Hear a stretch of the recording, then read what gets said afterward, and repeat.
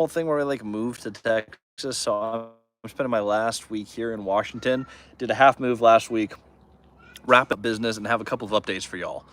Pretty soon, by the way, I'm going into our actual, it's the last time I'm running this, but doing a creative finance masterclass. It's a webinar. It's totally free. You guys are welcome to join that. I think the invitation's here in the comments, but would love to see you guys there. But I'm about to be on that. Invitation's also in the Facebook group and all over my socials, so you guys are welcome to join me there. But yeah, big updates. As you guys may know, sold the PM company, so finalizing those details. I'm still involved, by the way. I'm still an employee of that company for a little bit while they're winding down, but really, really excited for that. I wanted to free up room to launch Apex Asset Management, which is now live. We brought on our first few clients. We manage a little bit over 50 units now and growing rapidly. So if you happen to be in the Fort Worth, Dallas, like basically it's like Denton, Texas, south all the way to like Belton or Temple, Texas, so south of Waco. We manage all in there and are actively taking multifamily properties. So if that happens to be you or you know someone, I'm growing that company, and I sold my first property management company specifically to open up the ability to grow that one. So very, very, very excited for that adventure. It's off to a phenomenal start, and the company that bought my PM company here in Washington is adding some systems that I am super excited about. So if you're one of my existing clients, congratulations. This handoff is, I'm still involved, but the company is even better. So very excited for that. For Texas, I have a big team down there. I am actually a little bit less equity in that company and a little bit larger team. So really excited for that. That's Apex Asset Management. But welcome to my renting house for the last time, shooting outside. So my lovely wife has the ability to work on our last table in the house. But we have in fact hit all the goals. About to have the first kid, retired the wife, built the dream house, selling this one. If anyone wants to live and rent in Washington, by the way, comes with a hot tub. Good deal. But those are the major updates. I think it's really cool, and I wanted to talk about this. The PM company, that's the systems that I needed to do leasing and really just dominate Grant County, Washington. That's something where we got to build a lot of relationships, but not just the relationships. I got to influence market rent. We managed enough one beds, enough studios where we actually had a significant impact in market rent. When you are an owner and the other owners around you benefit from you being a good operator, you build all these systems. It was really cool being able to sell that company. It was only a $250,000 sale, but being able to sell that company, those are the systems that I used to support the millions and millions of dollars of real estate that I purchased. So not only do I have better performing assets, I got to build my team and have a level of control over my income. I had a salary in that company, which helped me speed my way to financial freedom. And you can buy a lot of furniture in Texas for a $250,000. I did seller finance 140 of that, so it's gonna be paid out over the next 3 years, and it's done in chunks. So it's like a $50,000 chunk, $50,000 chunk, $40,000 chunk that will get paid off. But really excited about that. I think I did 8% interest, might have been 10. I need to double check that. But I'm getting monthly payments, which is the exciting thing. So I'm gonna get paid monthly. I'm gonna be paid a salary for a little bit to be taken out of the company. But to get a little bit more salary, I get monthly payments on my note. I get money every year for the next 4 years, and I did it all just selling systems that I already needed to do what I wanted to do. So if you're someone who's wondering like, hey, should I self-manage my portfolio? If you're gonna scale a big portfolio, it may be for you. If your goal is passivity, you have other income streams, PM is a really hard job. I wouldn't recommend it for most. If you happen to be good at it, it could really help benefit you. It's really gonna be helpful if you have more than 50 units yourself. So if you're building a larger portfolio, I'm definitely not saying do it. I'm just saying look into building your own company. You may find that it's actually of value. And when you get a little bit larger and you've stabilized your own portfolio, you have cash flow that you can live on, you can then look at just selling those systems. And there are always people in the market to buy a great PM company. By the way, my wife made this backyard just absolutely gorgeous. I'm gonna miss this. This is the piece of the little tiny renting house I will miss. We have a lot of greenery up here. We have this really cute yard. Looking at the background while I'm talking here, I'm like, you know what? This used to just all be crappy grass and a swing set that was falling apart. We did a pretty good job on this house. I'm not gonna miss Seattle all that much. I will miss the people, and I'm gonna miss this yard. This is my favorite piece. So I'm gonna share this with you guys one last time before we head out. No more ads from the hot tub. If you guys have seen that annoying ad that we do in our suits in the hot tub. No more of that. There'll be new hot tubs and pools in Texas, but this is the last hurrah from Seattle. By the way, one of the questions that I've gotten several times that I will answer here, am I still buying in Washington State while I'm in Texas? While I am focusing more of my efforts on Texas, I am still a Washington buyer. I do still have business here. I am still running the Robinhood here, though if you have a buyer for that for $5.5 million, that and the adjacent property are purchasable. There may be some seller financing available from the prior seller, so just let me know your thoughts. I don't know if that's true or not, but it's always possible. But for the time being, I still have the resort. And it's doing well. This is the best summer it's ever had in its history. It did very, very well this summer. I have the resort. I have quite a few rentals here. I don't actually know how many now. Well over 100 rentals in Washington. I will surpass that in Texas in the next few months. Under contract for 116 as we speak. So very excited about that. Other than that, I'm seeing if we have anything in the comments. And if we don't, that's totally fine. This can be a short live because I'm late to my own live. Those who are a fan of the channel, I do that more frequently than I want to. I'll share one more awesome piece with you that I'm really excited about. The new studio. In Texas, I actually built a whole studio room specifically for the YouTube channel and for our mentorship, Multifamily Strategy. If you're not part of the mentorship, of course you're invited. Check it out, multifamilystrategy.com, or shoot me a DM on Instagram. But beyond just the mentorship, YouTube, I'm having a more set schedule. Like I have an actual real studio that's gonna be gorgeous, decked out. I will be a slave to the schedule for Multifamily Strategy. So for those who have enjoyed this, who want to see more of this and want to see me be more consistent on my timing for the lives with questions, just let me know and I'll definitely get right on it. Emmanuel says, "Hey Christian." Emmanuel, hello to you. You guys have any other questions? Do let me know. But if not, I can always do a 6-minute live, and those are always fun and acceptable. I want to, in case we don't get any other questions, I do want to leave everyone with a piece of advice. Oh, and I do see one coming in, which is great. So we'll start answering. But piece of advice, if you're just watching this and you're like, okay, what did I learn from today's episode? If you're getting started and you're trying to scale, I talk about deal debt equity all the time. Seriously, just learn how to find deals. Like set your target, just look for the deals. If you can find a great deal, or even a good deal, and you can close it and you move forward and you start building the muscle for it, it's like anything else. You get really good at it really fast. You can actually buy a ton of real estate. Highly recommend that people do that. But if you haven't bought your first property yet, your only mission for the rest of the year is I'm gonna find one deal and I'm gonna close it. Regardless of money, just focus on the deal. I'm gonna find a deal and I'm gonna find a way to close it. If you can do that, you'll move forward. And what you'll find is law of the first deal. Once you do that first deal, you're gonna buy real estate. Most people find financial freedom within the first 5 years. So that is a target for everyone and anyone can hit that. All right. Putting the messages up here on my screen.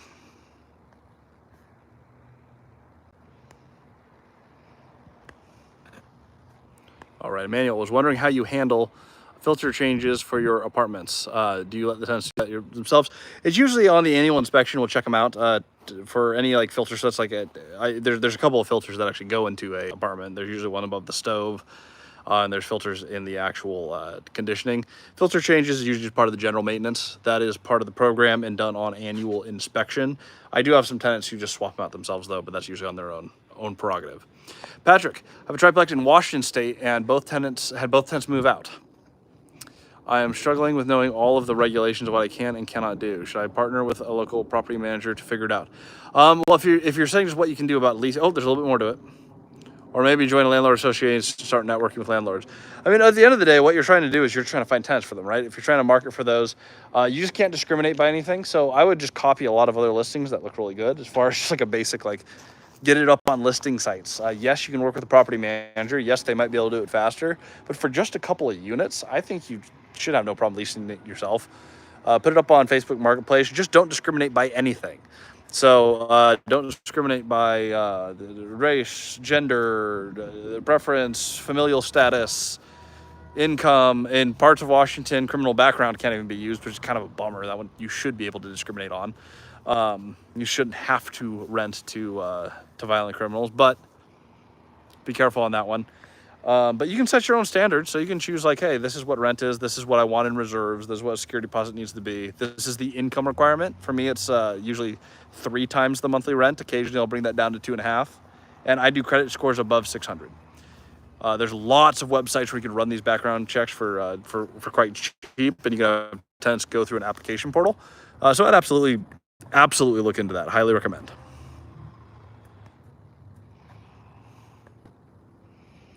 Also, though, not a terrible idea. You want to join a landlord association. They have other resources there for you as well. But I found it's pretty easy, and the best way to find people really quickly for a small building, Facebook Marketplace, 100%. You can do that from any Facebook profile. Go to the Marketplace, take some great listing photos, list the rent and the deposit and what you're looking for, and request applications. You'll be surprised how fast most of these fill in most places.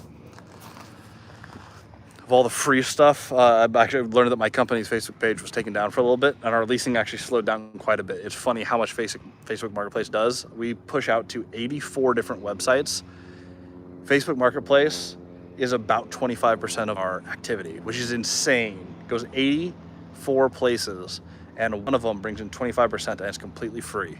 So, food for thought for those wanting to lease. Manual says, for annual inspections, do you have a professional inspection done each time? No, I have an employee do it. I've also done this for a long time, so I know more or less what we're looking for, but we do an employee walkthrough. They take pictures of absolutely everything, and they report back to me. I don't do a professional inspection. That would really cut into cash, especially on some of the smaller properties. But the way that I do it, I just want to see how are things looking. Does it look fairly clean? There's a lot of maintenance items that you may not need to do. Or if you have tenants who cause a little bit of damage, but they do the same thing every year, say like the walls are always dirty. If you spend a bunch of time to go clean them every single time you do the inspection, they're just going to be dirty again the next time. You're just adding to your NOI. Usually take it away from your net operating income. Usually what I let people do is I just go through, and as long as everything looks like it's in good repair, they're not smoking in the unit, they don't have pets that we're not expecting, there's no obviously damaged things, leaks, mold, as long as none of the major problems are in there, we're good to go. Most of the stuff is pretty obvious. You do a little heavier inspection on a turnover, but even then I want to make sure that I have an employee who knows what they're looking for. I've had instances where I had newer employees, they didn't know what they were looking for, and we've actually missed some pretty serious stuff. So I make sure I have an experienced person who knows what they're doing. Otherwise, on turnover, your first few times, it might not hurt to get a professional in there, just not really an inspector, but a professional maintenance person to give you an opinion.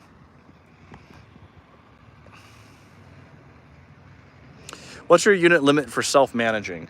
I pseudo self-manage for about 235, soon to be about 350 units. But I've added employees to that, right? So it's like it's self-manage. I'm directly involved in all of it, but you do have to scale. If you're just like a one-man show running your portfolio, the max I would push without employees, I would probably go up to, depending on the amount of time you have, up to about 50. And the reason I say that is because a 38 plex would not be too hard. My original one, even though it was a heavy lift, that was absolutely something that I could do in the time that I had, even with a full-time job. So I know the 38 wasn't too much. My business partner, Cody Davis, was like 21, self-managing 30 units. Did he do a perfect job? No, but did he do a great job? I think so. He did a really good job with the pieces he had. He learned a lot. It made him a better manager. 30 wasn't too bad. 38 wasn't too bad. Once we started getting to like 80, 90 units, we had to add our first employee who became a partner named Hannah Caldwell, who I just actually sent to the, she was one of the owners of that first company. She became an owner with us, and eventually, as of today, got paid for being an owner, which is kind of fun. How are you finding your off-market deals? Are you happy to pay for a building if you can get soft terms? I'm always happy to overpay for a building, but not by too much. You don't want to get negative net worth. I've seen people do that where they only buy deals where they overpay. They get great terms, they up their cash flow, and then they can't refinance anything to bank debt because they've just absolutely shot themselves in the foot. Don't do that. Don't hamstring yourself doing your deals. That would be unwise. That being said, sorry, loud car going by. That being said, for a little overpay for great terms to add cash flow, yes, because if you can get the value up, then you actually like build a lot of net worth. It has to be long-term cash flowing fixed rate debt. Remember the rules. If you follow the rules, you can do it from time to time. Just don't do it on every single deal, but absolutely. To your first question there, how am I finding off-market deals? You set a target, you meet with people who've done what you want to do, which is the other owners in the market. You network with them as owners, not as sellers, and they will more or less deal you into the game. Running a whole webinar on that at 5 o'clock Pacific, so in just a few minutes, I'll be popping up a webinar and running through that.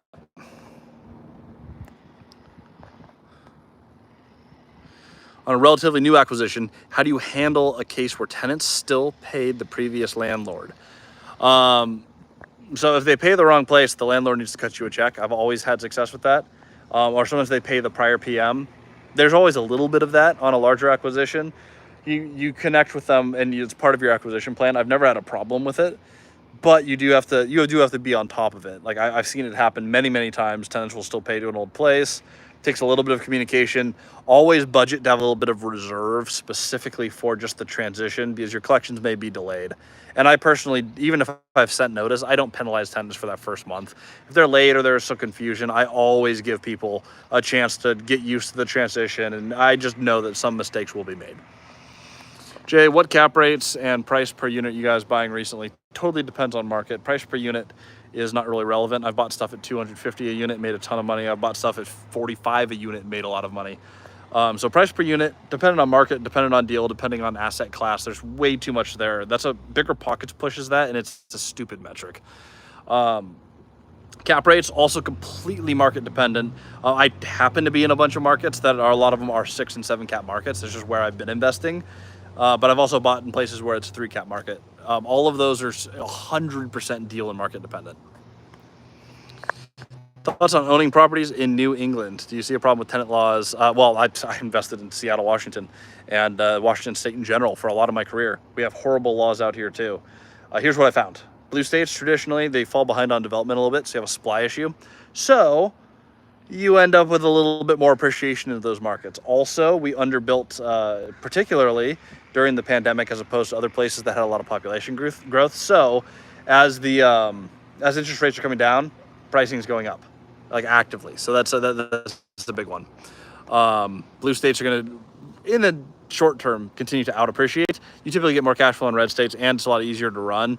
I will say this, as I've gotten a little bit farther in my career, I'm buying more in Texas because the ease of running is really important to me, especially as I'm trying to be the best property manager in the state of Texas with my new company, Apex Asset Management. So you have something in the DFW area all the way down 35 past Waco. I'll go as far south as Belton and Temple, Texas, currently. Yeah, let me know. I'm always happy to chat. We are really freaking good at PM, and I'm committed to being the best. Have you ever bought an apartment that had a bad Google review? Yes. My 38plex I believe, still holds the record for most murders in Grant County. I believe more people have been murdered there than any other property. It does not have high reviews. We turned it around. In fact, we bought it for $2 million and it appraised for 4.1. Pulled $1 million out of that property and made it safe and beautiful and re-sided, and no one's getting killed there anymore.